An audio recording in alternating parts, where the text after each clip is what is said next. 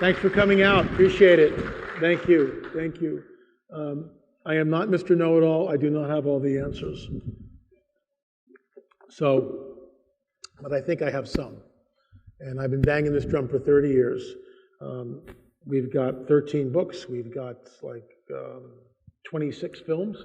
The cattle mutilation film just got finished. It is the darkest film I've ever worked on, and I mean that. It's troubling. It's not for the faint of heart. It'll probably be released in about 2 weeks. We'll have DVDs. It's a deep dive into Hell's Kitchen, and I'll be talking about that tomorrow afternoon. So I'm going to go slow, but I want to show you guys something. This is the 16th rung on the ladder of disclosure. This happened not last week, but the week before. This is the congressional hearing. This is how asleep most of the church really is. This is earth-shattering. I don't even know what to say about it. I've known about this for decades. The Roswell crash in 1947, I'm already getting way ahead of myself. They recovered bodies there. So they've had them. Some of us who have been doing this for decades, we know all this. But listen to what she says. This is Representative Macy, and she's questioning Grush, who's a whistleblower. I get that. The people behind Grush, Jeremy Corbell, he's the guy with the tattoos on his arms. He's the only guy not in a suit there. He's a filmmaker. He's the guy, with all due respect to Jeremy, my late business partner, Dr. Richard Shaw, allowed him to use our film that we took when we extracted the implant out of the guy's leg, as long as he gave us credit, and he never gave us any credit. So we just took our footage and put it into his film, which is called Patient 17, which you can get on Netflix. But of course, our film covering the same thing, we can't get on Netflix. Discrimination, anyone? Of course there is. So this is the way the game is played. So you'll see Jeremy Corbell, and next to him, is probably George Knapp. You don't see the faces. It's a controlled narrative. I can't state this enough. It's a controlled narrative, what we are seeing. Absolutely. This is a managed agenda, a controlled narrative. They, the powers that be, are rolling it out, and they're doing it deliberately to see just what the result and the reaction is going to be. Well, and I'll get into this all tomorrow, but I'm just kind of giving you guys a taste. And then we'll just set the stage. So all tonight is just a primer. It's to get us to where I want to go. If I don't start here and I jump right into cattle mutilation, some of you will just go, this is like, wow, I can't handle this. And off you go. And I get that. So we start from a biblical basis, specifically Genesis 3:15. But I digress. So here's the deal. So Grush is a whistleblower. He's in Congress and he's saying this. And it's all over the news. I mean, for those of us who are watching this, just like with Tucker Carlson, the same deal. Tucker's releasing this information. Why Tucker? And I'll talk about this tomorrow. Why Tucker? Because Tucker's audience is primarily conservative Christians. So they're rolling it out on Tucker to see what the reaction will be. And the reaction from the Christian community is what? Flatline. There is no reaction. Nobody cares. What I'm going to show you, how many people have seen this clip? Wow, you guys are on it. Really cool. But most people have not, they don't even know. This is like, it's off the charts. So without any further ado, I will roll it. Here you go. Intelligent extraterrestrials. Something I can't discuss in public setting. Okay, I can't ask when you think this occurred. If you believe we have crashed craft, stated earlier, do we have the bodies of the pilots who piloted this craft? As I've stated publicly already in my News Nation interview, biologics came with some of these recoveries, yeah. Were they, I guess, human or non-human biologics? Non-human, and that was the assessment of people with direct knowledge on the program I talked to that are currently still on the program. And was this documentary evidence, this video, photos, eyewitness? Like, how would that be determined? The specific documentation I would have to talk to you in a skiff about. Gotcha. Yeah. Okay. So, and you may or may not be able to answer my last question, and maybe we get into a skiff at the next hearing that we have, but who in the government, either what agency, sub-agency, what contractors, who should be called into the next hearing about UAPs, either in a public setting or even in a private setting? And you probably can't name names, but what agencies or organizations, contractors, et cetera, do we need to call in to get these questions answered, whether it's about funding, what programs are happening, and what's out there? I can give you a specific cooperative and hostile witness list of specific individuals that were in those. And how soon can we get that list? I'm happy to provide that to you after the hearing. Super, thank you, and I yield back. We have non-human biologics, basically, which is doublespeak for, we've got the bodies from the crashed UFOs. That's what they're telling us. And no one does anything. My phone doesn't ring. I don't get flooded with emails. People aren't clamoring for something. It's absolutely astounding how the ambivalence, the absolute narcolepsy, it's probably the wrong word. I mean, people are so asleep. What are we waiting for? And I am proud to say that I've been railing against this for 30 years. And you go back 30 years, I'm just starting the research, even though I saw my first UFO at 12 years old. So I'm starting the research and really doing a deep dive from 1990 to the present day. And this is, the Lord has sort of groomed me for this for a time such as this, and here we are. We are the only Christian film company, and now we've got 6 films. And the Lord gave me marching orders in March. Isn't that interesting? But he gave me marching orders in March to get all the films out before the end of the year. He's never done that with me before. He's never given me like a deadline. Do them all. And at that time, we had 5 films to get out when he told me in March. So we've already got the abduction film out, the crop circle film out, and the latest one on cattle mutilations. So where we're going from here is a deep dive into Roswell. That'll be 2 films. And I'll show you a clip tomorrow of something that we found in the debris field in Roswell. And the cameras will not be rolling when we do this because we're going to release this later. So you can't film this, but I'll show it to you guys, as well as some clips from the cattle mutilation film, as well as some other stuff. And we're going to show you some stuff tonight, which I've never shown anybody. So this is the universe. For those of you who have seen some of this or seen me talk before, I've given some of this will be a repeat for some of you, some of it will be new. So to some of you. So it is what it is. So there's a Hubble telescope, and the picture is unbelievable. And we are out in the middle of nowhere. And I see it back there, but I don't see it up here. Okay, great.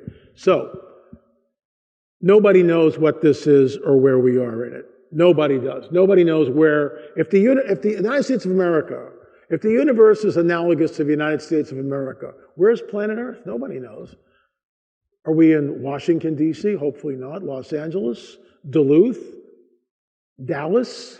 Nobody knows where we are. Nobody knows what this is. You can get the greatest scientific minds on the planet that have ever lived and put them all in a room. Nobody knows. We don't know what this is. We don't know where it comes from. We don't know where we are in it. And yet we just kind of, we're on this little spinning ball. And for those of you who are flat earthers, hallelujah. I don't particularly agree with that position, but that's okay. Oh, and the flat earth, the LA Marzulli Flat Earth Challenge is really simple. You guys you pool your money together and you find a pilot who's a flat earther too. And then you just go and you refuel and you bring back the film. You go to the edge and you bring back, that's all we're asking. It's all right. Just bring back the film with the cliff and the whole thing and the dragon going, at the flat. It's, just show us. And if you can't do that, then you quit spinning this yarn, because that's what it is. But I digress. So no one knows what this is. Nobody knows where it comes from, but we know from our word, from the biblical worldview, that God just flung the stars out, named them, called them by name. The angels are all rejoicing. He created all things, and without him, nothing that was not made that was made. Everything was created by Jesus. He holds all things together, and this is where we are. And no one knows. I believe that the universe is holographic. I believe that we're in a hologram. I really do, seriously. I don't believe in the plurality of worlds. I don't believe that there's life out there on other planets. I don't. I think this is it. Where does the New Jerusalem come? To planet Earth. Where does Jesus come? To planet Earth. Now, C.S. Lewis writes the Paralenda, the Venus thing, and the whole deal, and I get all that, because he's trying to figure it too. But I don't believe in the plurality of worlds. I think this is it. I think we're alone. He creates a new heaven and a new earth. How the heck does he do that? He's going to roll up the heavens like a scroll. It's like, who is this guy? How can he possibly do this stuff? But he's going to do it. He's going to do it, and it's going to be outrageous. And we get to watch it. We're going to get to watch him roll up the heavens like a scroll. Hey, guys, watch this. I mean, seriously. How does he do this? How does he do this? All I know is this. And some of you will disagree, and that's okay because none of us really know for sure. You know, I believe that the fall of Lucifer, boing, thank you. A little slow on the trigger here. I believe the fall of Lucifer happened in the far distant past. There was a war, there was a rebellion, the asteroid belt was created, Mars was destroyed. Mars was destroyed. Why are they so interested in getting to Mars? You know, why not figure out how to feed everybody on the planet before we start going to Mars? But that's another story. So I think Lucifer fell in the far distant past. There was this destruction. The universe was chaotic. I believe that the earth is a recreation. It's new. Some people hold to the 6,000-year-old model. I don't. It's intellectual concrete. It's like 6,000 years because that's what Bishop Unger said, and by golly, we're going to stick to that come hell or high water. That's okay, fine, stick to Bishop Unger's deal. I think it's a lot older. 12,000, 14,000, I don't know. We're new. We're completely new. Civilization, totally new. It's not evolution, it's a recreation, Adam and Eve in the garden, the flood happens and this whole thing. I get all that. But this thing goes back further than 6,000 years. It just does. And of course, when you argue or have a friendly discussion with someone who holds to 6,000 years, they have answers for everything. Believe what you want to believe. I'm not going to argue it. Believe what you want to believe. But I think the thing is older because it just makes more intellectual sense to me. So you get the fall of Lucifer, and then you get the creation of Adam and Eve. Who are we? We're made in the image and likeness of God, a little lower than the angels. Guess what? We're the replacements for the fallen angels. That's who we are. And he never does, you know, have you ever wondered why snowflakes are all different? Remember when you're a little kid and you're in grammar school and the teacher gets up and goes, well, boys and girls, every single snowflake is completely different. And you sit there and go, how's that possible?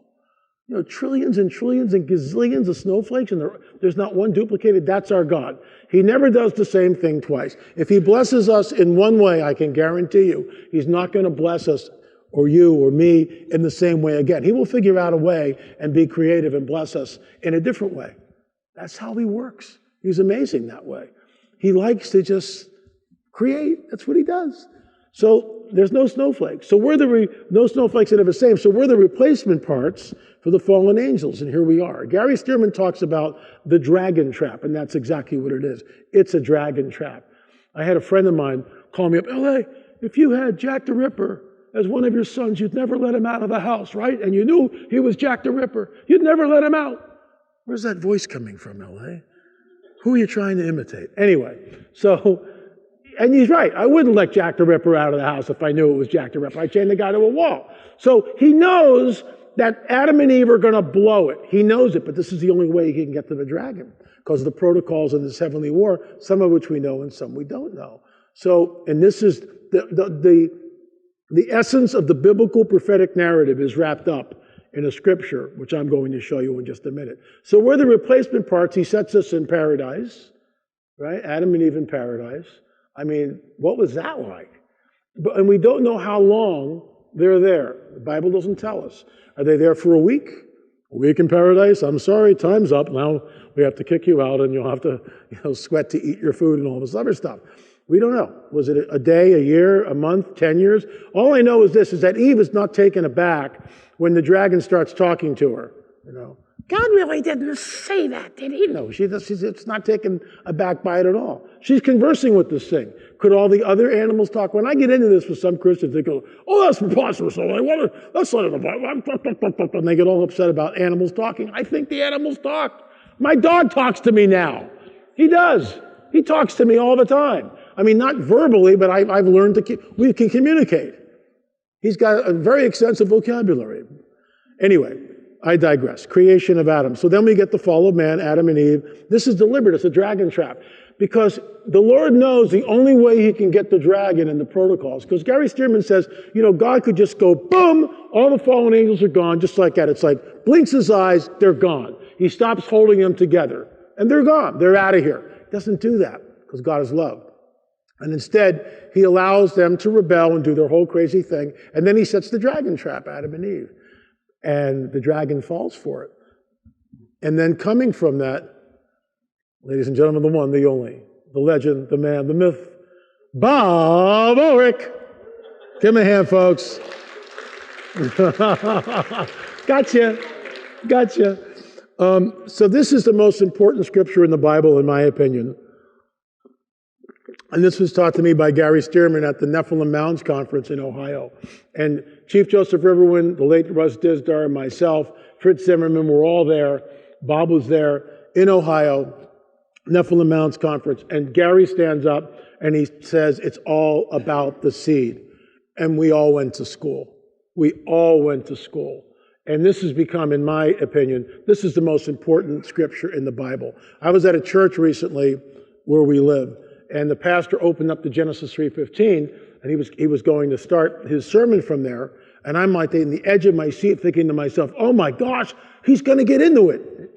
He went right over it. Never discussed it, never talked about it, never illuminated it to the congregation. And I will put enmity between you and the woman and between your offspring and hers. He will crush your head, you will strike his heel.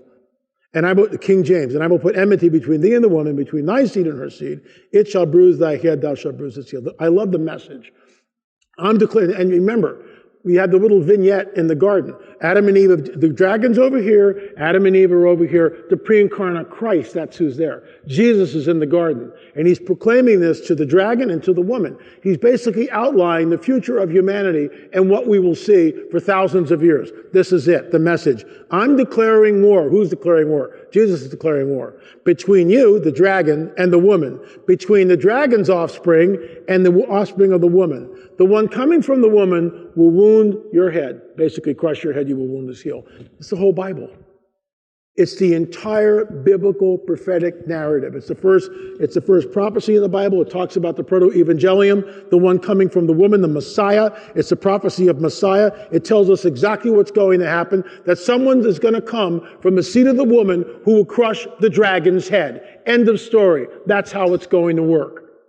He'll bruise his heel, so the dragon's going, oh boy, because he knows who he's dealing with. And he knows that whatever Jesus says is going to happen. This is prophecy. And the dragon is freaked out. So what does he do? What does he do? He begins to contaminate the genome. You will notice all throughout Scripture that once he figures out where the seed is going to come from, all hell breaks loose. And of course, that's Abraham. Once Abraham is tapped out, what happens? All hell breaks loose. You think Pharaoh wakes up on a Monday morning and goes, you know, we got to kill those Jewish babies. I'm not sure why I'm saying this, but we've got to do all this. What's this mean? I don't know what you're saying. My wife's over there going like this. Stop talking. Oh my gosh. In nomine Patri et Filii et Spiritus Sanctus. Okay.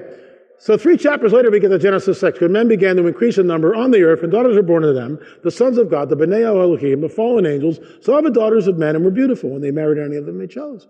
The Lord said, my spirit will not contend with man forever, for he is mortal. His days will be 120 years. The Nephilim were on the earth for those days, and also afterwards, when the sons of God went into the daughters of men and had children by them. You go on the internet, and it's all over the map. You get theologians, you get people who are a lot smarter than I am, but I believe that they're wrong, with all respect to their pedigree or whatever, and they just said the lie or the way it's managed. These are the godly lines of Seth and the hoochie mamas of Cain, and that's what. But the scripture doesn't say that. The hoochie mama is not there. Seth is not mentioned in the scripture, so there's something going on. And then, of course, when you get to the book of Enoch, ding. And it can't, I get it. The book of Enoch, don't talk about the book of Enoch. If you were going to keep one book away from the Christian church, this is the book you keep out. Why? Because it tells us and shows us exactly what happened in Genesis 6, which creates all. Have you ever wondered, and I remember 43 years ago when I became a Christian, and I had never read the Bible before. I was raised Catholic, and then I became New Age, and I had my third eye opened by a guru, and I went to the ashram and meditated every single day. So, come on. Anyway, so when I got to Genesis 6 and I got to 7 and the flood of Noah, I almost took the Bible and threw it across the room. This is ridiculous. Why did he do this? And then, of course, you get to Sodom and Gomorrah. And it's like, wait a minute, because I didn't know about the Nephilim. Once we plug in the Nephilim and the fallen angels, and Genesis 3:15, this is why it's imperative. It's paramount in our understanding. Once we understand Genesis 3:15, that the offspring, the seed of the dragon will be at war with the seed, the offspring of the woman. When we get to passages like Genesis 6, boom, we understand exactly what's going on. It's the eruption of the seed war. And when we read Book of Enoch, if you're going to keep one book away from the people, this is the book you keep out. At all costs. Why? Because it tells you exactly what's going on. It shows us the heavenly war. And it came to pass when the children of men multiplied that in those days were born unto them beautiful and comely daughters. That mirrors our Genesis 6 account almost verbatim. And the angels, this is where it differs, the children of heaven. So Enoch tells us exactly who we're looking at. The sons of God, the angels, the children of heaven, saw and lusted after them, and said to one another, come, let us choose wives, and from among the children of men and beget us children. And Semyazu, who was their leader, get this, said unto them, I fear you will not, I indeed agree to do this deed, and I alone shall have to pay the penalty of a great sin. I'll get back to that in a second. And they all answered and said, let us all swear an oath, and all bind ourselves by mutual imprecations not to abandon this plan. 200 angels on Mount Hermon will be going there in October, where the throne of Baal is. That's a whole 3-hour discussion, but that's where it happened. And so they were all 200 who descended in the days of Jared on Mount Hermon. It's a suicide mission, and the Lord tapped me on my shoulder years ago as I was getting ready to go to sleep, and because I was going like, Lord, I don't understand. Some people are writing at the Nephilim and didn't really erupt, and it was Ham's wife that carried the Nephilim gene aboard the ark, and I just can't buy that. Something else happened. My late mentor, Dr. I.D.E. Thomas, said that it was basically a second incursion, a third incursion, a fourth incursion. I'm totally into that. But the Lord took me back to the Scripture, and he did it in a typical roundabout fashion. Holy Spirit's going, what happened at the end of World War II? It's like, what? What does this have to do with the Nephilim? I'm clueless. I don't know. I don't know what happened at the end of World War II. Where it goes, when the Japanese realized they were going to lose the war, what did the Japanese do? I'm still really not getting it. And then the Lord goes, suicide bombers. The kamikazes. Okay, now he's got my attention. Kamikazes, okay, that's cool. I get it. I understand. And then what happened? And then he goes, go back to Book of Enoch. What does Semyaza say? And I've read this 100 times by then easily. I fear that ye will agree not to do this deed, and I alone shall have to pay the penalty of a great sin. They know what they're going to do. They know what the sin is, cohabiting with the women. They know what the penalty is. They do it anyway. Why? It's a suicide mission. Because the fallen one, the dragon, has promised them, you do this, will completely contaminate the genome. The proto-evangelium, Messiah, will not be born. Checkmate, we win. Where does Jesus go when he dies on the cross? Where's the first place he goes?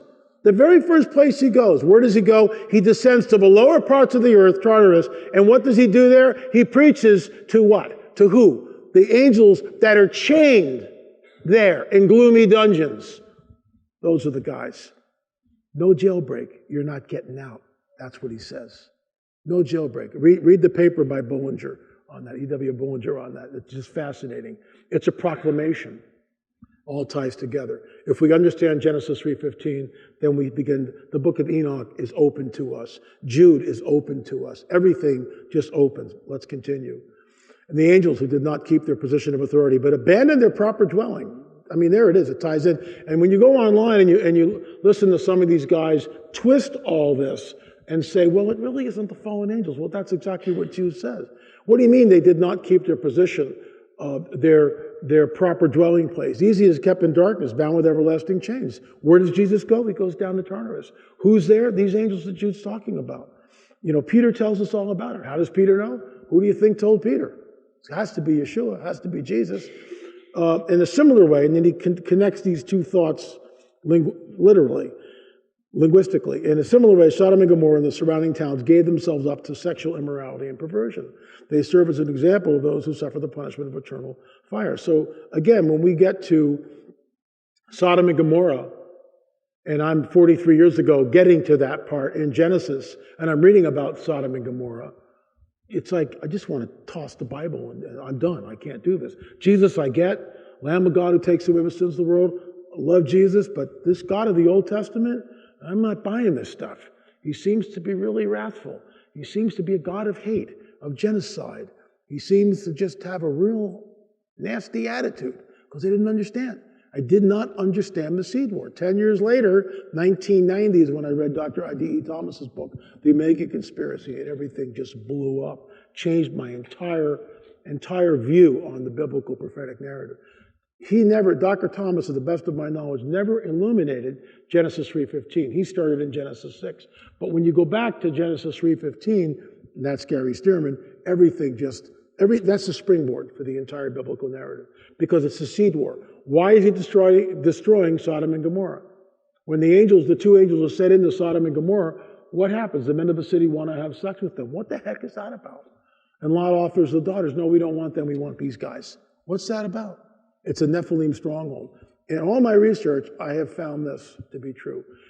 Wherever the Nephilim are present, the judgment is always the same. It may take years, 400 years till the sin of Amorites come into its fullness, what he tells Abraham, but it's always the same. There never is any grace and mercy where the Nephilim are. There's always judgment, and it's extremely final, the finality of it. The exact term sons of God used in Genesis 6 is always used in Job, always referring to angels. And here are the quotes from Job. You can look that out. And it came to pass when men began to multiply on the face of the earth, and daughters were born unto them, sons of God, so the daughters of men, that they were fair, and they took them wives of all of which they chose. And we already talked about that, Genesis 3:15. I'm just reminding you that Genesis 6 is the fulfillment, in some ways, the beginning of the seed war. Genesis 3:15. And when we understand that, then when we get to Genesis 6, the seed war is erupting. Everybody but 8 people. And you say, well, why doesn't God act? Why does he allow it? Because the protocols of the heavenly war are such in place, and some of this we get, most of it we don't understand the protocols, but they're there and they're in place. The protocols are in place. And so it's move, counter move, all throughout Scripture. Genesis 3:15 sets it up. 3 chapters later, Genesis 6, the whole thing erupts. The consequences of that, of course, of the flood. By the way, the flood is not mythos. In every culture of the world, they have a flood story. We come from California. The Chumash Indians are there. They have a flood story. You can go anywhere on the planet, and that flood story is embedded in all cultures all over the earth. Then we have the next incursion, as it were. Nimrod becomes Geborim through ritualistic sex magic. Something happens to Nimrod, and he becomes Geborim. He becomes a Nephilim. And so God doesn't destroy everybody, he just changes the language. How the heck does that work? Have you ever thought in the millennium, we're all speaking the same language? What switch does he throw? I just love this kind of stuff. Okay, Gabriel, throw the switch on the language. No, not that one. That was for the flood. No, the one next to it. Right there. Okay, throw the switch, and we're all speaking the same language. I can't wait. Because when I go to Europe, it's like, what was that? What did he say? Anyway, moving right on. So we get Sodom and Gomorrah, and he doesn't destroy everything, but he destroys those 2 cities. It's literal. And the fire and brimstone. Why? It's a Nephilim stronghold. There is no grace and mercy. He gets Lot out. Lot might be, and his daughters and wife, might be the only humans that are not genetically tampered with. That's conjecture on my part. I don't know. But it would appear that everybody else in there is somehow contaminated. Remember, at this point in time, Abraham is not tapped out. I mean, not like we know where the lineage is going to come from. I mean, Abraham and Lot, so from your seed all the nations will be blessed, and that's why the dragon goes after the seed of Abraham. So Sodom and Gomorrah, the Lord takes care of that. Then we get this other incursion. We saw the giants there, the descendants of Anak, next to them. This is when the spies go in. And have you ever wondered why God hardens Pharaoh's heart over and over and over again? Because the Lord knows that when the children of Israel finally get up to the promised land, that they're not going to go in. They're going to freak out because the giants are there. Oh my gosh, the Nephilim are like grasshoppers on their sight. They're there again. Why are the Nephilim there? And why are there all these different tribes? The Anakim, the Rephaim, the Emim, the Zanzumim, the buzzing ones, the Anakim, the long necks. Why are all these there? Because the fallen one, the dragon, is manipulating the genome, trying to create some sort of a human in his own image. There's giants, there's midgets, there's long necks, there's buzzing ones, it's all across the board. I believe that they're genetic aberrations, and the fallen one is messing with the genome, trying to create something in his own image. But they're there. They're there in the promised land. And what does God, tell Abraham when he finally taps him out? He says, hey, you're going to be a great nation, but you're going to go down to Egypt for 40 years until the sin of the Amorites comes into its fullness. And that's a 3-hour discussion, and that's the sort of the basis of a book that is percolating. But the bottom line is, wherever I go, it's the same story. Whether it's Peru or Mexico or Chaco Canyon or America Stonehenge or Stonehenge, England or Karnak, France, or the island of Malta or Israel or any place else in between, it's always the same thing. Well, these people were here and they built these things and it was really amazing, and then they just sort of disappeared, and we think it was because of climate change. That's the newest one. It's like everything's climate change. It was climate change. That's what did it.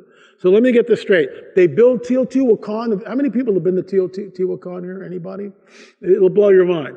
It's the pyramid is the largest pyramid on the planet other than Giza. The base of that pyramid is bigger than the pyramid of Giza. The thing is huge. Huge. The plaza, the way of the dead, they call it. They didn't even know what these people called themselves. They just labeled them the Teotihuacans. So I'm going to tell you something. It's the base of a book I'm working on. Wherever we go, whether it's Teotihuacan, Machu Picchu, Chaco Canyon, America Stonehenge, all the sites in the Ohio Valley, Zambujaro in Portugal. I mean, pick your place. It's always the same thing.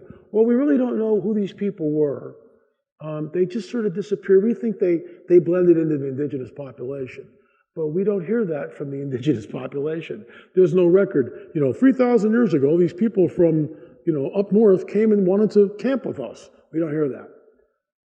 So is it possible that when the Lord says to Abraham, you go up there, you're going to go down to Egypt for 40 years until the sin of the Amorites comes into its fullness, then I'll deal with it. Is it possible that he allows it to a certain point, and then he acts, and then angels come, and they disappear. They're taken out of here. Now, if I said that to an archaeologist, I'd be laughed out of the room, literally. If you guys were all archaeologists and I was addressing, I think what really happened in Chaco Canyon was not assimilation because of drought and the food supply. I think they were taken out of here. Well, that's just nonsense. That's just, that's what they would say. And I understand that. But when you go to site after site after site after site globally and you hear the same thing, well, we don't know what happened to them, and we don't even know what they call themselves. So something is going on. Why not a supernatural explanation for the sudden vanishing of thousands of people in certain areas? So we know that they were back. They're in the promised land. What's the mandate from a loving, holy God? How many people have had trouble with this one? When you get there and we read, wipe them all out, men, women, children. Wipe them all out, kill everything, burn everything. How many people have had trouble with that? Raise your hand. Pretty much I know I did. When I got to that point, it was like, I'm going to shave my head and become a Buddhist. I can't do this. The Jesus I love, this guy is like, because I didn't understand the Nephilim. Once we plug the Nephilim in, everything begins to make sense. We understand what it is that we're dealing with, that it's a seed war. If we don't understand Genesis 3:15, when we get to the 10 spies, when we get to the conquest of the promised land, we are literally clueless. We don't understand. And you want to know something? The Lord just gave me this like last week. This is what's amazing about the conquest of Canaan. It is the fulfillment of the seed war. On some level. Why? Just think about this. In the field, you've got the seed of the dragon in the promised land. They're there. They're in fortified cities. The seed of the dragon is there. Guess what? Opposing them is the seed of Abraham, where the Messiah will come. I never put that together. This is the seed war, to the nines. Here it is. The children of Israel, because they know that from Abraham, Messiah is going to come. But they don't know which tribe or anything else. They don't know. That hasn't been revealed yet. So you have in the field, you've got all the Nephilim are there, and over here, the seed of Abraham. I mean, this is the seed war, and I've never heard anybody talk about that. Maybe Gary has alluded to it, I'm sure. But I've never heard anybody really put that together. So in the field of battle, the conquest of Canaan, it is literally the manifestation of the seed war, which just blows me away. So moving right along, we get David and Goliath years later. David, little guy, Goliath's head, Golgotha, the place of a skull, the sword, I mean, all this stuff. And Goliath is what, 11, 12 feet tall? Definitely more than 7 feet. Although 7 feet's really big. I have a picture of me standing next to a 7-footer. We call him Big John. I'm 6 feet. He's only a foot taller than I am. You go up, you go out. So you get a 9-footer or a 12-footer. Oh my gosh. Then we get the Nephilim around the earth in those days. So I think this is our work in Peru, in Chongos. Chongos is one of the driest places on earth. This is one of the elongated skulls. Without getting too much into this at this particular moment, we did extensive DNA testing on it. We showed there was a Middle East haplogroup. In other words, when you do DNA testing, you've got the mitochondrial DNA, which comes from the female side, the maternal side of the equation, or the paternal side, you get the nuclear DNA. We did not get nuclear DNA, but another group of people went out and got the nuclear DNA, and it was an unknown primate, which fits our paradigm to a T, because the fallen angel would be an unknown primate. So what's interesting about this, when we did it, of course, academia immediately said, oh, it's all polluted, it's all contaminated, nothing to see here. They wouldn't even look at it. They wouldn't even look at it because it violates their paradigm. It completely goes against their paradigm. They can't handle that. And I understand that because, they've been running roughshod over the dialogue, over what we're going to believe, over what you're going to believe. This is why when your kids go to school, what are they taught? They're taught evolution. And if you go against that, good luck. And if you're an archaeologist, study to be an archaeologist, and you don't believe in the evolutionary theory, good luck with that. So here we've got one of the longest skulls, and you can see the side. Look at I don't have my pointer with me, but look at the zygomatic arch, which is right underneath the eye here, and you'll see how robust that is. Look at the elongation of the skull. Look at the orbits in the eyes in the first picture. They are 25 to 30% larger than a normal human being, and the pupillary distance is also narrow, which means that these guys, according to the optometrist on our team, it's in number 6, the DNA film, and in that, the optometrist states on the record that they more than likely could see in the dark. Then look at the zygomatic arch, unbelievable. And again, we're looking at Og or Og and the Raphaim, and they were huge. I think they were right around 12 feet tall, which is unbelievable. So we see the conquest of Canaan. We see that King Og, the last of the Rephaim, coming in. We see the conquest of Canaan, and all these Nephilim tribes are there.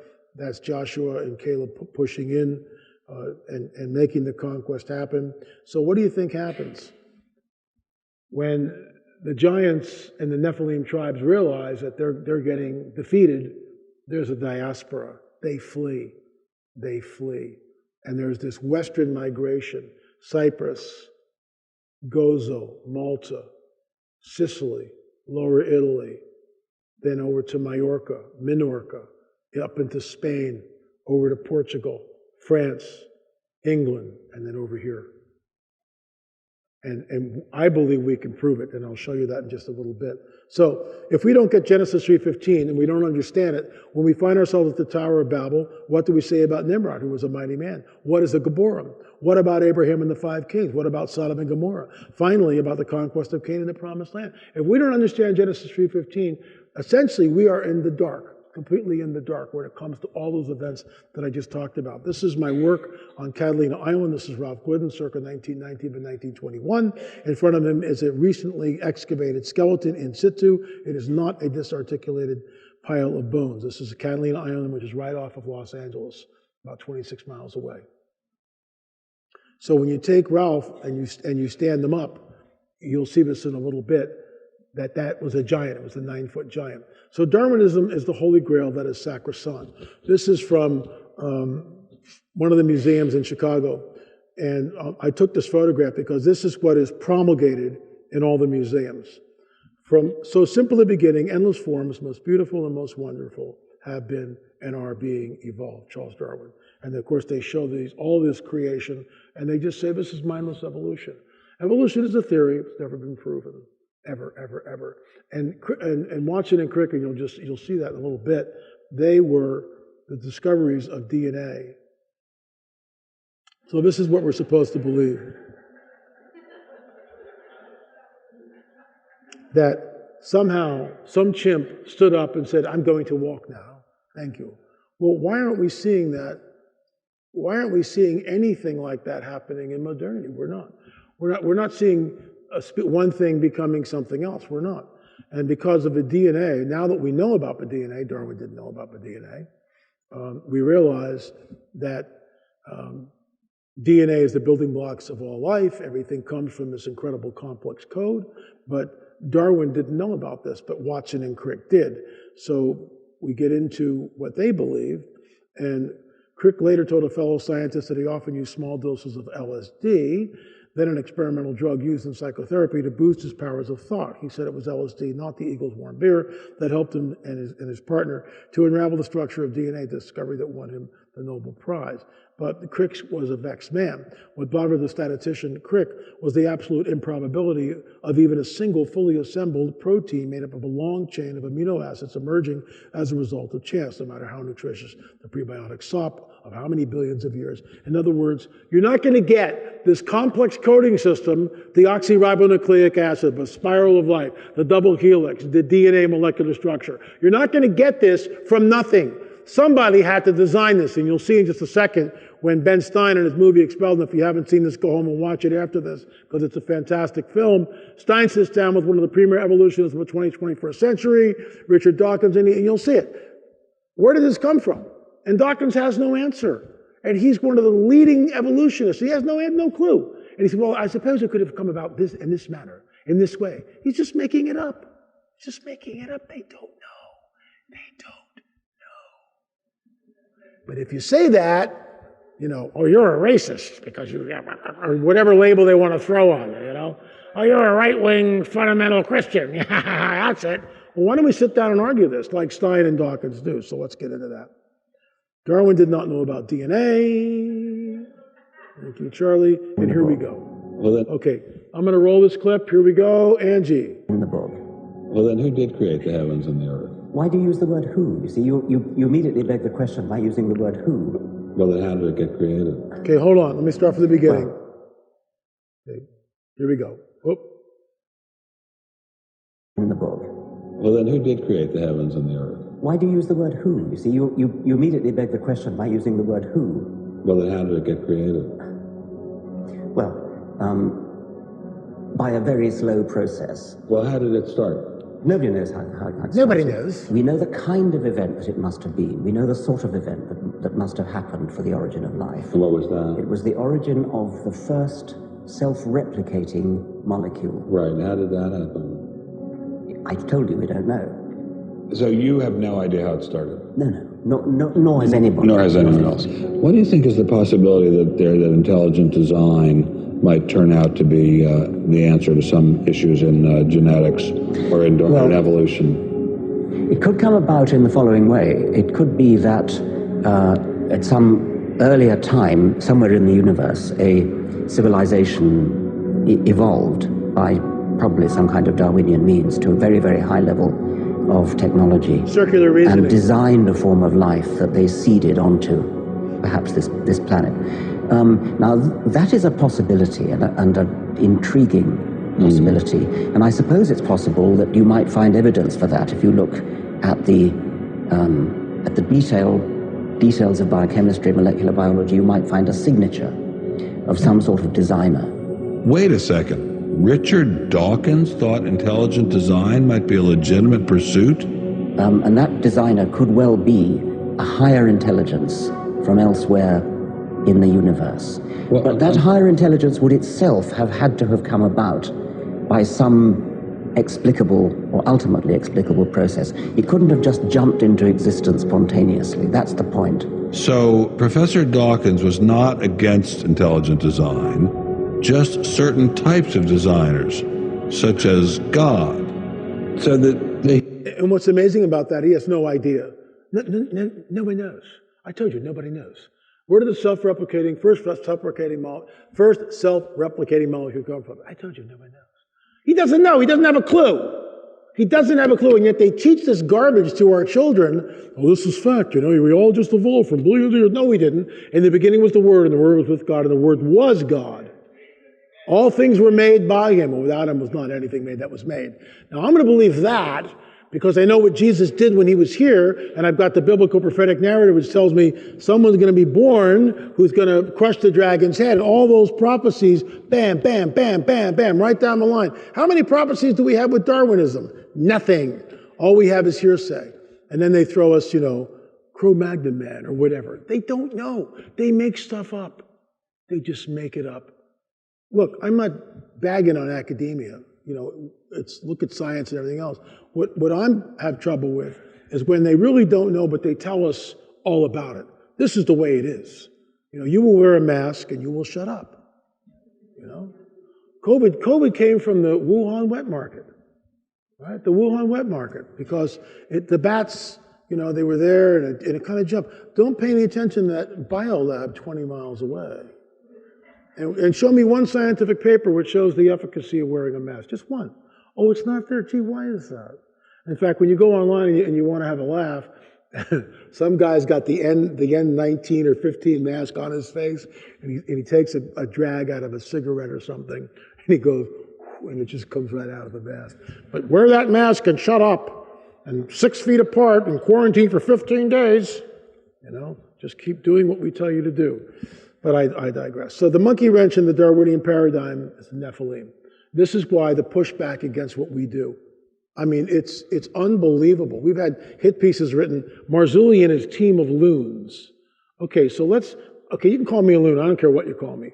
But when we've got archaeologists with degrees, anthropologists who are degreed, optometrists which are degreed, geneticists who are degreed, and everybody else on the team, they're all specialty in their field. They're all going, this is not normal. This is genetic. It's genetic tampering. How do we know that? Because when we go back to Genesis 3:15, the seed of a dragon will be at war at enmity with the seed of the woman. There it is. It's right there. So when we get these skulls, that's our paradigm that we're working under, and the DNA results showed us that. It proved it, that they all came from not all, but many of them, came from the Middle East, and that rewrites history. And that proves our hypothesis that there was a diaspora thousands of years ago when Joshua and Caleb went in to conquer the Promised Land. Okay, then we get things like this. Huge spearhead, like that big, right? Obsidian. And we read, the Hopewell used them for ceremonial purposes. First of all, the Hopewell is a farmer. They don't know who these people call themselves. They're in Ohio. They don't know who these people were, but they just make up a name. Oh, it's the Hopewell. And so now, 100 years later, 150 years later, oh, that's the Hopewell Indian Mound. Yeah, that's what it is. It's the Hopewell Indians. They were the ones who did that. So we were just there, and I'm going to show you something in a little bit. We were just there. Then you get axe heads like this, right? This thing's like 28 pounds. I've seen a sample of it. 28 pounds. I stood on Flint Ridge with a guy who's a flint napper, and he's taking out these 30-pound mauls. And I go, well, have you seen a lot of these? He goes, no, we've had a couple of them like this. He goes, well, what's the average size maul? It's about this big. It's about 6, 7, 8 pounds. This thing's like 28, 30 pounds. So I can pick it up and put it over my head a couple of times, but I can't work with this thing. You could say, well, 2 guys ready to pick it up and boom. But what about a 9-footer? And that's where they have the artifacts that are there that we get to see, like a 28-pound axe head. So something's going on here. We're basically being lied to. That's what it looks like. That's the original one. So then we get places like this, Gilgal Raphaim. We will be there in October. 42,000 tons of basalt rocks. And I believe that what we're looking at might be a representative of Atlantis, the 5 concentric ring. Again, that's conjecture. Mondo Gonzalez and I crawled down into the chamber, which was really a trip. Then you get places like Nazca, where you can only see the little spaceman, like right in the center right there, a little bit to the left of center. You get what they call the spaceman. That's the Nazca lines. You can only see it from the air. So why are we making something like this if you can only see it from the air? The Serpent Mound in Ohio, you can only see the Serpent Mound from the air, another shot of the Nazca lines. Then we get all these reports, and I'm just going to skip over this really quickly, but these are all in the newspapers. They find primitive men 10 feet tall. They find 15 foot tall. They find prehistoric giants 11 feet tall. A doctor who was present stated that the man must have been 11 feet tall. We get things like this in India, where 31 feet, I find that hard to believe, but you never know. The bones of a giant 10 feet tall. This is all in papers. And then you get, going back here, a tenured professor, archaeological professor, about the bones, and she said they were just trying to sell papers, and the doctors and the people, the medical professionals, didn't know how to measure. That's what they say, and we're supposed to believe that. I don't believe that for a second. So the theory is this: when Joshua and Caleb pressed the conquest of the Promised Land, the Nephilim tribes are there, they're getting slaughtered, they know that, because there's no grace and mercy. No grace and mercy. Kill them all, men, women, children. They're soulless, guys. They're soulless. The Nephilim are soulless. The hybrids are soulless. Nephilim are soulless. There is no soul. Absolutely none. And when we get into the whole UFO thing, this is the background. If I don't do this when we take the leap into what's going on, you won't be able to follow me. But if you're here tonight and you're here tomorrow, you'll get it. We'll connect the dots, and you'll understand that, oh, this is the seed war once again manifesting. Why does Jesus warn us that it'll be like the days of Noah when he returns? Why does he say that? He could say anything he wants, but he says it'll be like the days of Noah. What differentiates the days of Noah? Why the reason for the flood? And this is why if we don't get Genesis 3:15, when we get to the Gospels and we hear Jesus warn us that'll be like the days of Noah, essentially we're clueless. Well, I don't know what that means, but because my pastor never taught me. So we don't know, and we're ignorant of it. Genesis 3:15 is the key which unlocks the rest of the biblical prophetic narrative, because the whole thing is about if I ask you this rhetorically, what's the centerpiece of the Bible? You would say Jesus. And I would agree, it's Jesus. There's no doubt about it. It's redemption through Jesus, through the blood of Jesus, through the Messiah. It's the whole Bible, that's the whole thing. But what heralds that is Genesis 3:15, because it tells you the seed of the woman will crush the dragon's head. Your offspring will be at enmity, at war with the offspring of the woman. So continuing on, this is written on a stele in North Africa, and Procopius saw it. We are they who fled from the face of Joshua the robber, the son of Nun. There it is. Under the Roman Empire, Tigasis was a colony of the province of Numidia. The account of Procopius' history of the Vandal War. We fled here from the face of Joshua the robber, the son of Nun. There it is. What are they doing in Africa? Why are they doing that? Joshua the robber, the son of Nun. So it's there. We know that there's a Western migration. That's the whole point I'm trying to get to. Western migration. Joshua and Caleb come in. They realize, oh my gosh, they're killing us all. They flee. And they set up shop in all these other places. And you can trace the migration. Cyprus, Malta, Gozo, Sicily, Minorca, Majorca, into Menga, Spain, up through Portugal, into France, Carnac, France. 80,000 standing stones in Carnac, France? What's that about? 80,000 standing stones? And they're not just little stones. These stones, some of them are like 25 feet tall. They're unbelievable. Not all of them, but some of them are. It's incredible. This is what we're looking at. This is what we're looking at. Then we get into Peru. And everywhere they go, there's tampering with the genome. Everywhere we go, we see the seed of a dragon commingling with the seed of the woman. This is from down in Peru. Our first time we were there, 2013. The one on the right is a human skull. The one on the left, not so much. We took the DNA sample from this guy, and it found the mitochondrial coming from the female line came from the Middle East.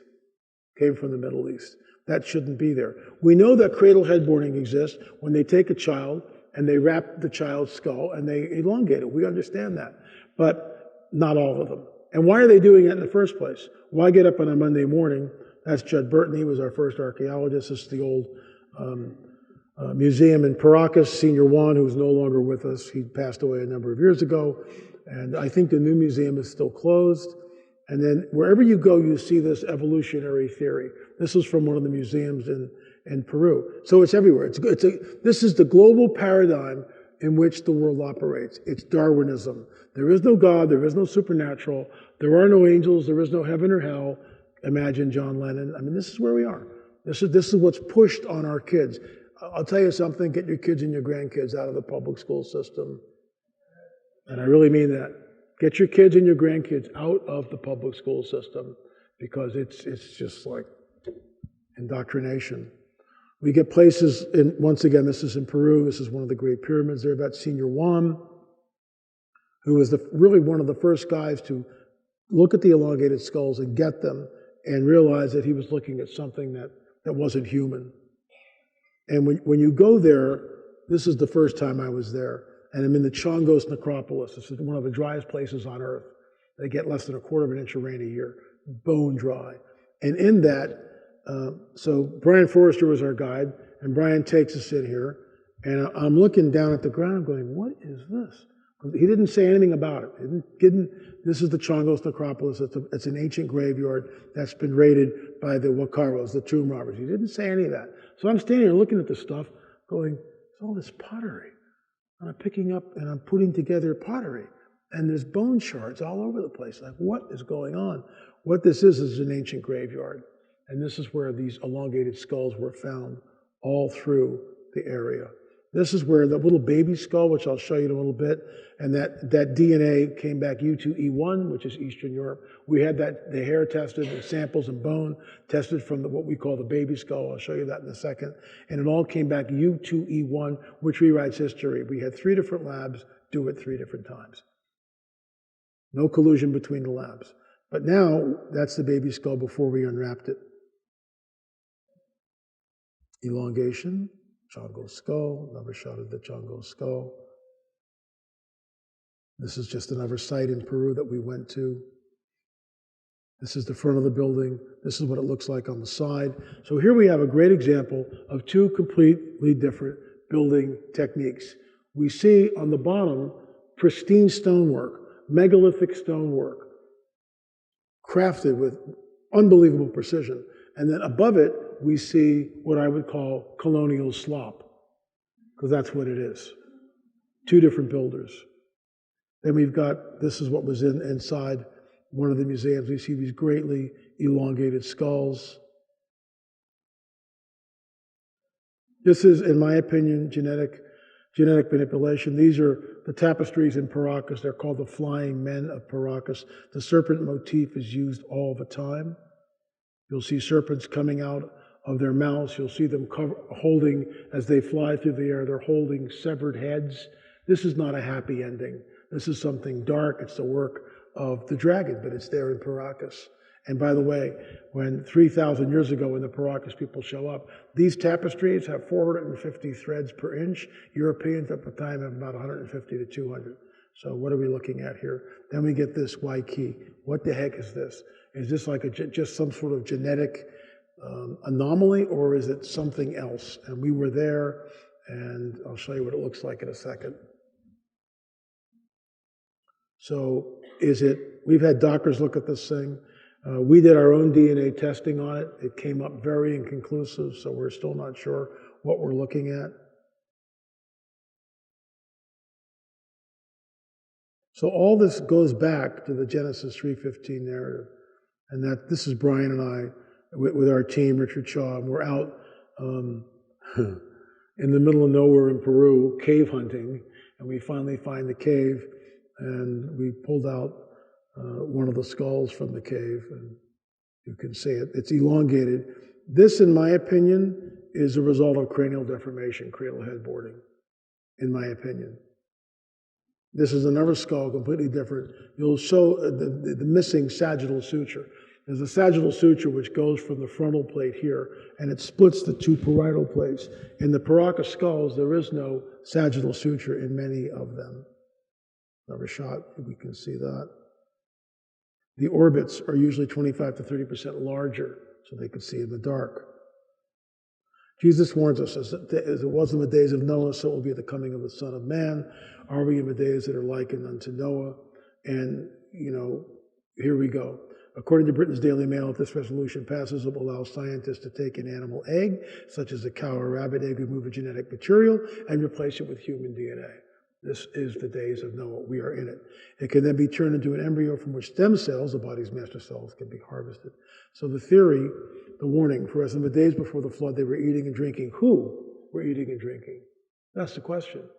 If the fallen angels are the ones in Genesis 6, they're the ones that are eating and drinking. Human beings aren't. They are the ones that are giving in marriage. This is why Genesis 6 is so important to come to the right exegesis, because if it's not human beings, then who is it? It's the fallen ones who are eating and drinking until Noah entered the ark and took them all away. By the way, in my opinion, the demons, the fallen angels are fallen angels. They have bodies. They can appear, just like the angels that appear with Jesus that go to Abraham. They're corporal. They sit down and have a dinner with Abraham. Then they're sent into Sodom. Okay, so they have bodies. Demons are in my opinion, demons are the disembodied spirits of the Nephilim. They are earthbound. They don't have flesh and blood anymore because their bodies were destroyed in the flood. But they're part eternal. They're part fallen angel. So you'll see what I think the demons. Remember this, because we need to understand that there's a huge distinction between fallen angels and demons. They're not the same, in my opinion. Demons are the disembodied spirits of the Nephilim, which have to inhabit something in order to manifest. Whether it's a person, whether it's an animal, whether it's an object, they have to inhabit something in order to manifest here. So remember that, because we're going to do a deep dive on that. 2 Thessalonians, the coming of a lawless one is according to the workings of Satan with all power, signs, and lying wonders. So why are we warned with this? Why is that there? We know something is going to come, that even the elect would be deceived if that were possible. I believe the fallen one has been trying to manipulate the genome in order to create man in his own image.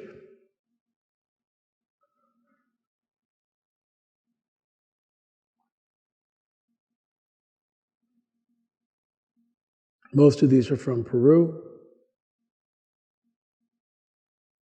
That's what they may have looked like. And it happened here in the Americas. So this is from our books on the Trail of the Nephilim. And it's a great shot. We know from Native Americans that they were here. The giants were here. Tribes battled them. So the oral tradition is looked at in archaeological circles. Well, it's oral tradition. They didn't write anything down, so we can't go with that. Nonsense. Of course we can go with that. What's wrong with oral tradition? Because Native Americans, First Nation people, take great pride in their oral tradition. And they would take a child from a very young age who had that ability to memorize, and the Lord Keeper would teach that child word by word by word the tribe's history. So they talk about the Battle of the Giants. Chief Joseph comes on the record, Chief Joseph Riverwind comes on the record and talks about all that. It's all in our films. So here we go. Once again, we see Peru.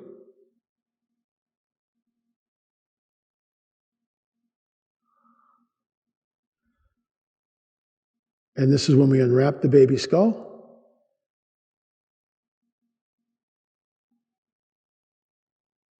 And that's what it looks like. Notice the great elongation. Notice the orbits.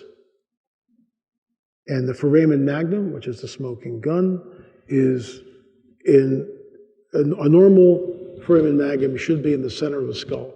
And all these skulls that we believe are Nephilim skulls, the foramen magnum is all the way in the back. And you can't cradle headboard the child and move the foramen magnum. You can't do that. It's done in utero, so it's in the womb. But what's interesting, this team in the 1860s found a mummy, and they opened up the mummy, and it was a female, and she was pregnant. So they decided to see what the fetus looks like. That's what the fetus looked like. This is the lithograph. Elongated skull. Look at the size of a neck, how long it is, and look that the fetus had teeth. For all you women in here who have birthed children, you know that babies are not born with teeth. So this came from the womb of the female. So this is our DNA, and I'll just cut to the chase because of lack of time. But we now know we've completed the DNA, and we've got the mitochondrial DNA coming from the female line, coming from the maternal line. Much of it comes from the Middle East or Eastern Europe, and that rewrites history as we know it. I mean, it does. And what's amazing about this is the academic community won't even look at it. Isn't that science? Do you think when we collect the material And we had lab suits on. We had helmets, netting on our hair, masks. We had complete lab suit, double gloves, double sleeves, the whole 9 yards. We sprayed each other off with compressed air. Every time we were finished one sample on one skull, Mondo and I went out, Mondo Gonzalez, Mondo and I went out, got rid of that suit completely, sprayed each other off with compressed air, donned a brand new suit, and walked in. And then we took more samples. And the samples we would take and we would scrape the foramen magnum area with like a Dremel tool and then blow that off and then get fresh material. And I mean, our protocols we were actually lauded on that. People said, wow, your protocols are really good in the field, because we're in the field. We looked like something out of, some television show or whatever, CSI, I think they call it, whatever. I mean, that's what it looked like. And so we took 58 samples, and out of the 58 samples, I think 28 of them sequenced. Out of the 28 sequences, many of them showed a Middle Eastern or Eastern European haplogroup. So that rewrites history. The machine that does this isn't interested in my particular worldview. This is science. It doesn't care whether I'm a Christian or a Buddhist. It's going to spit out the information based on what it finds. And all academia could say, it's all contaminated, or it's all contaminated. And my rebuttal to that is, well, that's a straw man argument. You don't know there's a contamination. And Mondo's retort was this: if it's all contaminated, then why didn't we get nuclear DNA? Why didn't we get it? We didn't get nuclear DNA. We threw out one sample that had my DNA in it. See ya, because Mondo and I took DNA tests. That was it. Wasn't contaminated. And it showed this Middle Eastern European connection from the maternal side, because they took earthly women. I mean, it's like right there. And it's not complete proof, but it's another rung up the ladder, if I can use that analogy, in our hypothesis that there was a diaspora from the Middle East. The Paracas people show up in Paracas about 3,000 years ago. What happened around 3,000 years ago? Conquest of Canaan, right around 3,500 years. So it takes them a number of time, a period, and they wind up in Paracas, and that's where and all of a sudden everything changes. We have date palms growing in Paracas. Date palms don't grow in Paracas, and they're there in the wild. We've got elongated skulls. That doesn't happen. And they vanish. They vanish from the earth. No one knows what happens to the Paracas people. We hear the same thing. Oh, they were assimilated into the native population. Nonsense. You don't know what happened to the Paracas people, to the elongated people. You don't know who built Sacsayhuaman, Ollantaytambo. You have no idea who the Hopo people are and why they just simply vanished. And how do you line up Zambujero with Chroma Camandres and go across the Atlantic Ocean? Spherical trigonometry, prince of the power of the air, and you split the octagon out, which is not an equal octagon, it's an unequal octagon. And how do you dig all that earth and pile it up? And how do you keep the earth from eroding? And what are you guys so obsessed with it? And how do you know about the 18.5-year metonic cycle, lunar cycle, which is embedded when you sit there in the circle mound, which has a gateway which looks at the octagon mound? Every 18.5 years, you see the lunar standstill, bam, right in the gate. And if you don't know about the 18.5-year lunar cycle, then you don't know about it. And that's like somebody going out and going, gee, LA, it looks like the moon is appearing there and it's setting over there. Okay, well, let's put some sticks in the ground. Well, this is our observation post. Ding, ding, ding, ding, ding, ding, ding. There's the stake. And we look over there, there's the moon. We put a stake over there and a stake over here. That's day number 1. And day number 2, oh, the moon's moved. Put another stake from our observation, another stake over here. We do this for about 30 days. Got a lot of stakes in the ground, right? Like 60 stakes in the ground. Doing pretty good. We realize that the thing, but we have no idea where we are in the 18.5-year cycle. We don't even know it's an 18.5-year cycle. Are we starting in year 3, and year 5, and year 8? We have no idea. We have no idea where we are. And all we have is stakes or rocks to figure this out. Well, what happens when a 5-day rainstorm comes in and you can't see the moon? Now what? You got to start all over. And we're supposed to believe that Native Americans knew about an 18.5-year lunar cycle and constructed the octagon mound and the circle mound, which is adjacent to it, along with the gateway, which shows the lunar standstill at 18.5 years. Do we realize how absolutely absurd that is? And the octagon mound, in my opinion, is about 4,000 years old. 3,000, 4,000, it's much older than they date it. And it's an unequal octagon.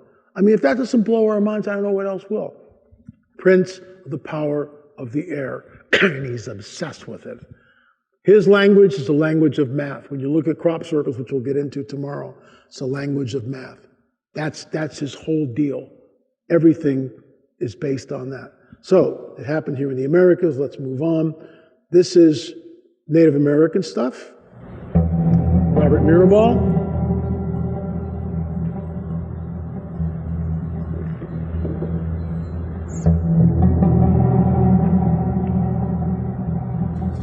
And a long time ago, they say there were giants that roamed the land. They came from the sky, fell in love with the sons and daughters of the Sky earth. gods. They had the ability to read your mind and foresee the future.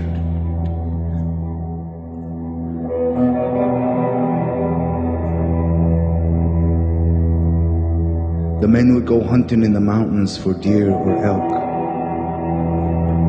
while the woman would prepare offerings to honor these giants.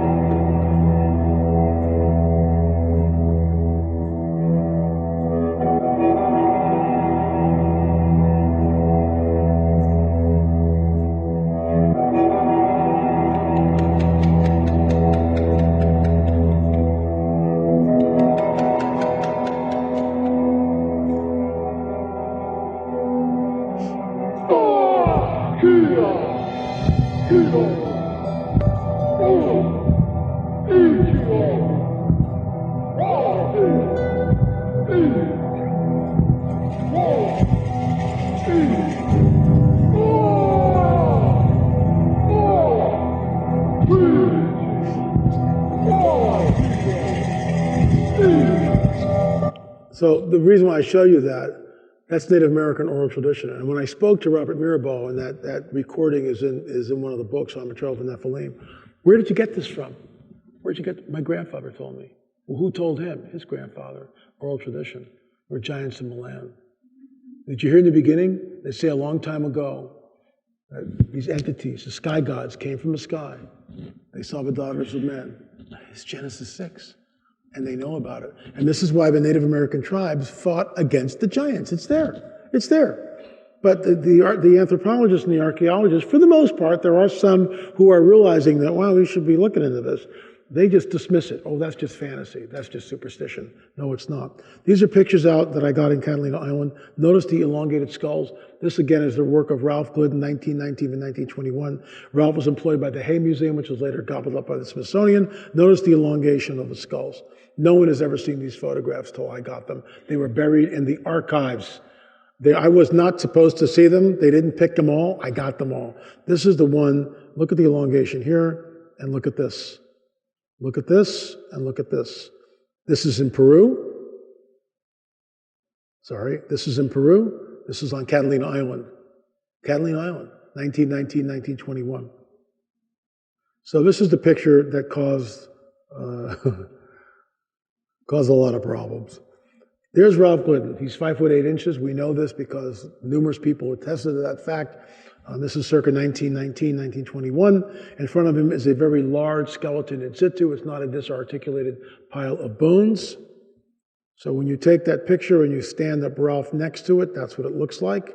When you take the skeleton and you do that, obviously we start to see a disparity between them.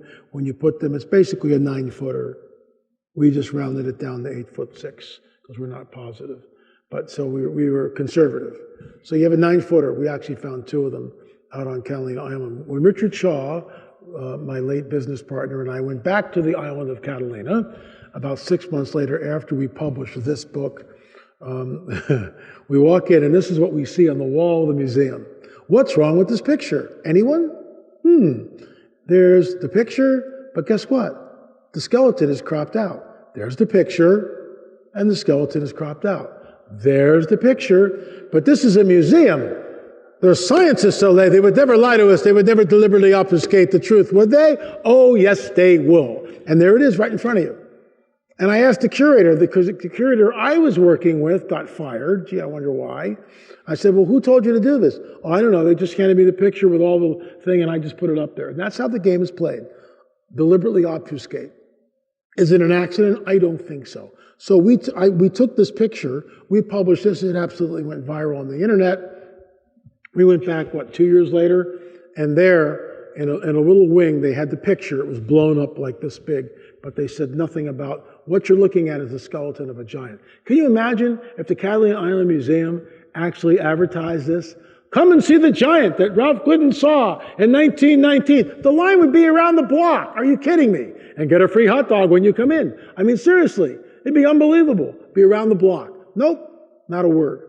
It goes against the prevailing paradigm. It's the monkey wrench. The Nephilim were there on Catalina. They were all through the Americas. It's unbelievable, but it's true.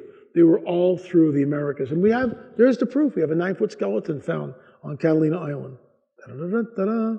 So, the Vieira brothers had me on the History Channel. They were only on for one season, and what was it called? In Search of a Lost Giant. So here I am, and the reason why I show this clip is watch how they spin it. Watch the way they spin what I say to make it what they want to say. Here we go. At this point, it becomes very obvious that there's a real disparity. Wow. Oh my God. Look at the skull size. Unbelievable. Yeah, it's huge. Absolutely huge. Wow. Yes. So we think it's a smoking gun. I think it's a smoking gun. What's the takeaway? Well, my takeaway is this. In my opinion, this skeleton does two things. First, it points back to the veracity of the Native American oral tradition that there were giants here.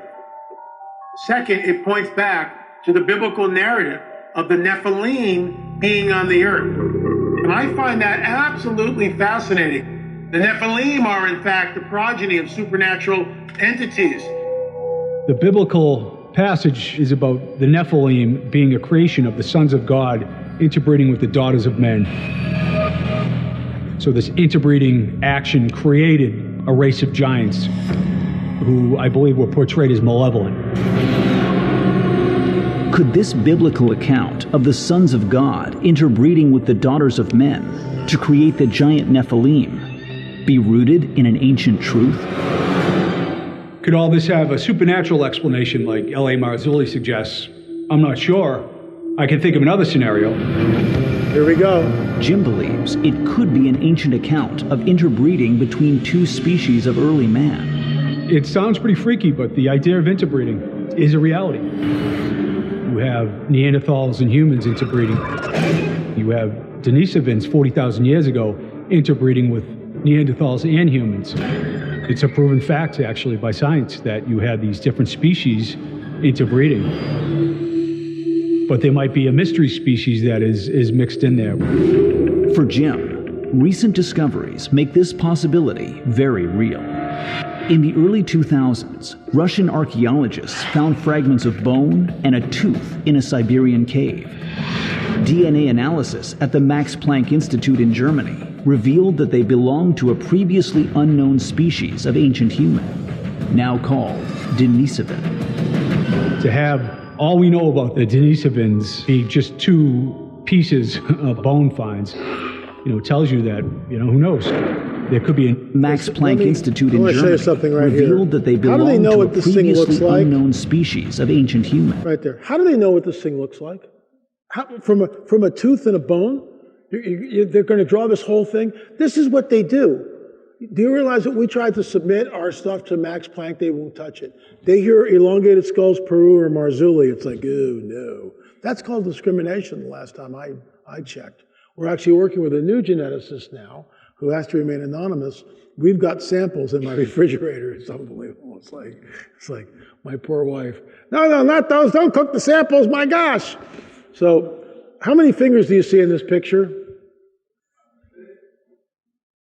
How many fingers? Look at and count really closely. There's 6, because there's no thumb. The thumb fell off in both of those. So you'll see you'll see this. You'll see an extra digit like that. There is no thumb. The thumb he's like this. So you see 5 fingers. There's no thumb there. There's no thumb. That's a 6th finger. What did Native Americans tell us? That the giants had red hair and 6 fingers. What do you think when they do this? They go, how? That's to see if you have 6 fingers or not. How do I know that? You may laugh, but that's from Chief Joseph Riverwind. That's what it is.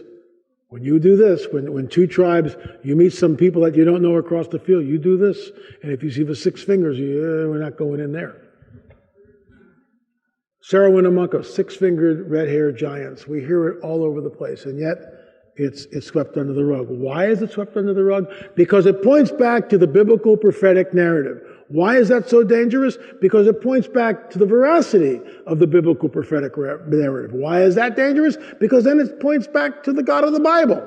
Why is that dangerous? Because that means that you and I are sinners and we need to be saved. And they don't want to be saved. A lot of these people don't want to be saved. They don't want to have to deal with him at all. Just talk to your neighborhood atheist. So, continuing on. This is all the primer, so I can launch where I want to go. So we know the size of the bowl. We know the size of the head. We have 2 9-footers, because that's basically what it is. This is T2B. We did the DNA testing on this guy. Once again, Middle East. Look at a normal human skull. Look at this thing. You know, you can cradle board these things so the cows come home, and you're not going to get this. This is genetic. In our film on DNA, we've got medical doctors, surgeons, we've got anthropologists, archaeologists, all sorts of professional people, and it opens up. What we're looking at is something as genetic tampering. What does Genesis 3:15 say? See why this is so important? The seed of the dragon, the offspring of the dragon, will be in enmity with the offspring of the woman. This is why I'm pounding this in as much as I possibly can tonight, because this is the springboard, this is the primer to where we're going to go tomorrow. And by tomorrow afternoon, we go a really deep dive, and it's disturbing. I mean, it's disturbing to me, and I've been doing this for 30 years. Because tomorrow, we do a deep dive. We start talking about abductions and manipulation of the genome and hybrid entities and being floated through the window and all this other stuff. But it's all real. It's all way too real. Shows you different ones. And again, the smoking gun is where the Foramen Magnum is. So I'm down in Peru and I see this. And of course, I'm always looking for stuff. And I go to the guide and I go, hey, why do we have 6 fingers here in the middle one?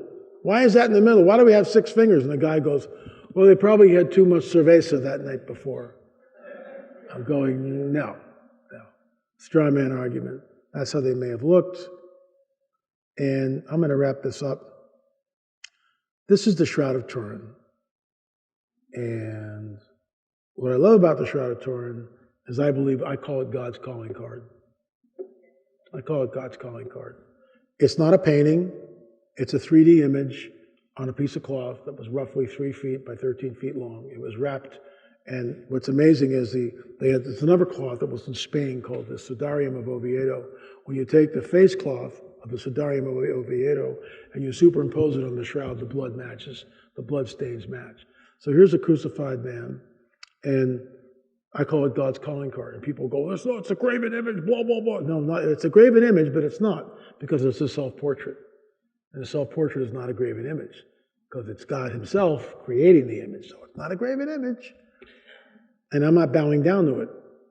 It's his calling card, and I just believe that's what he looks like. I believe that the shroud is forensic evidence of the greatest event of all time, which of course is the resurrection.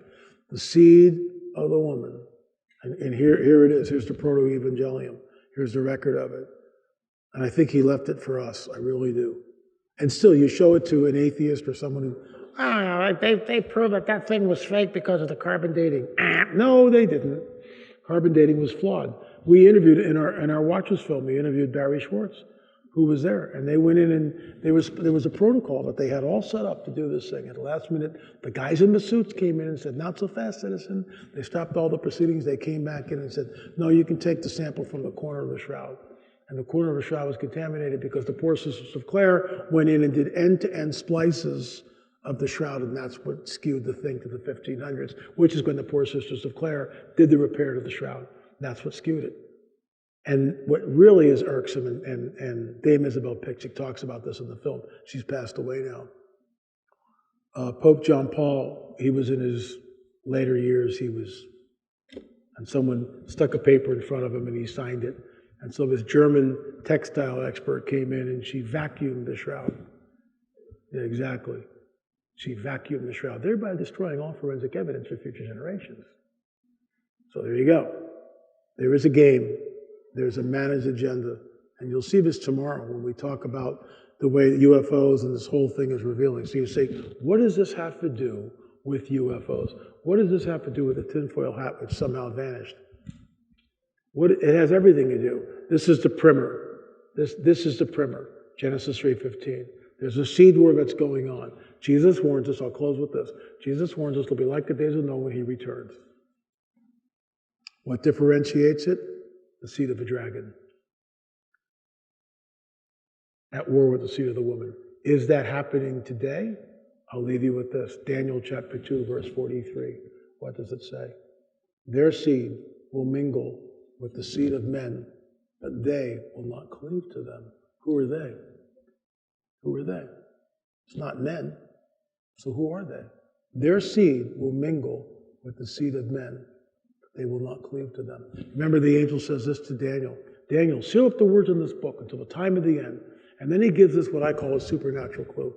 Men and women will run to and fro over the face of the earth, and knowledge will increase. Seal up the words till the time of the end. Where are we? If you were to take the time of Daniel 2,500 years ago and fast forward, it's flatlined to Gutenberg's printing press, and then we get our first blip. Because now the common man could read the Bible because that's what they could do. They could print things. Until then, you had a bunch of smelly monks in a scriptorium going and writing by longhand. So books were really rare and very expensive. So flatline till Gutenberg, you get this first blip in the modernity. Then you get the Industrial Revolution, and it starts going up like this. And now you get modernity where it's through the roof. Men will run. He gives us a supernatural clue. Men will run to and fro over the face of the earth. As I'm speaking right now, there are thousands of planes all over this planet going to and fro over the face of the earth. Knowledge increases exponentially. Guess what? Book of Daniel unsealed. Their seed, why is it there? Their seed will mingle with the seed of men, but they will not cleave to them. The word cleave is the word we get for marriage. A man will leave his father and mother and cleave to his wife. No cleaving. And you will see tomorrow the very disturbing world of the abduction phenomena and why we are in the last of the last days. We're like in the days of Noah. And what happens when people are taken against their will, and what the end game is, and how it links into the cattle mutilations. You'll get all this tomorrow. I'll start tomorrow with Fatima, and why Fatima is important, because it was in the news all this year and last year, when the Pope consecrates Mary, consecrates Russia rather, and, to the Sacred Heart of Mary and all this other stuff. What if it wasn't Mary that appeared in that field in 1917? What if it was a harbinger of deception, which is the title of our film? And we're not bagging on Catholics. We don't do that. People can believe what they want to believe. But we have a different opinion as to what happened. And I believe with all my heart it was a UFO event. So we'll do Fatima, we'll do crop circles, and then we'll do the abduction phenomenon, the cattle mutilation. And by the end, you'll see the way it goes like this. And I promise you, you will not be deceived. The whole point of this is to warn the body of Christ about the coming great deception. Because, folks, it is coming. I mean, it's almost here. It is absolutely coming. And let me just go back. I just want to show you this one more time. Hold on. Before I let you go. Just so it's fresh. Boy, you went through a lot of material. Way to go, LA. You did a great job. My mind's blown. No, please, don't. I just want to show you this one more time, because it's really important. Okay, we're rolling. Angie? Intelligent extraterrestrials. Something I can't discuss in public setting. Okay, I can't ask when you think this occurred. If you believe we have crashed craft, stated earlier, do we have the bodies of the pilots who piloted this craft?